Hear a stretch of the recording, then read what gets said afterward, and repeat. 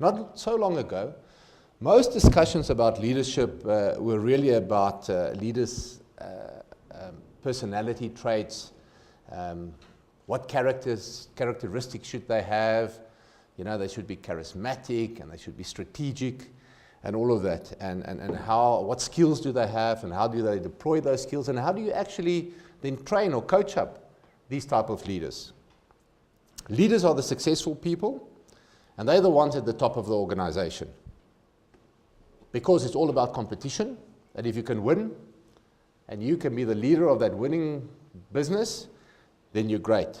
It's all about shareholder value as opposed to stakeholder value. We'll come to that a bit later. And it's all about scale economies. You know, it is, if you number 1 or 2 in your industry, then you're fine. The whole notion was about leaders are really scarce and they're very special people. And it's this whole thing about the vertical function. That's the boss. And then you get the subordinates. And that was a talk about leaders in the past. But I think these scandals and what's happened in the world changed that. And I think it changed it forever. Now people stress much more authenticity, emotional intelligence, and relationships.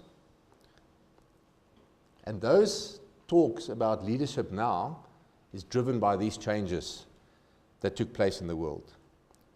It reflects, I believe, the growing importance of trust. It's the whole thing about the vertical versus horizontal. Many organizations are much flatter now. They're not so bureaucratic.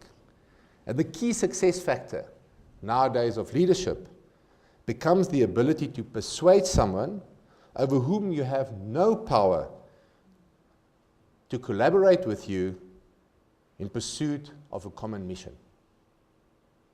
That's what leadership is about nowadays. Almost anywhere you turn to, trust is on the decline. Trust in our culture at large, in our institutions, in our corporations, and in our businesses is significantly lower than, say, a generation ago. They say only 49% of employees trust their senior management. 28% of people think that the believe CEOs are a credible source of information. There's a huge lack of trust. The problem with trust is that you can't quantify it. It is this unquantifiable, intangible thing out there. And because it's not a line item on the income statement, you know, people don't always value it. If there's a lack of trust, you can see that's the cost to it, etc. And if you have trust in the organization, you know, that's an asset on your balance sheet. You don't see that. And that's why people sometimes don't take it seriously.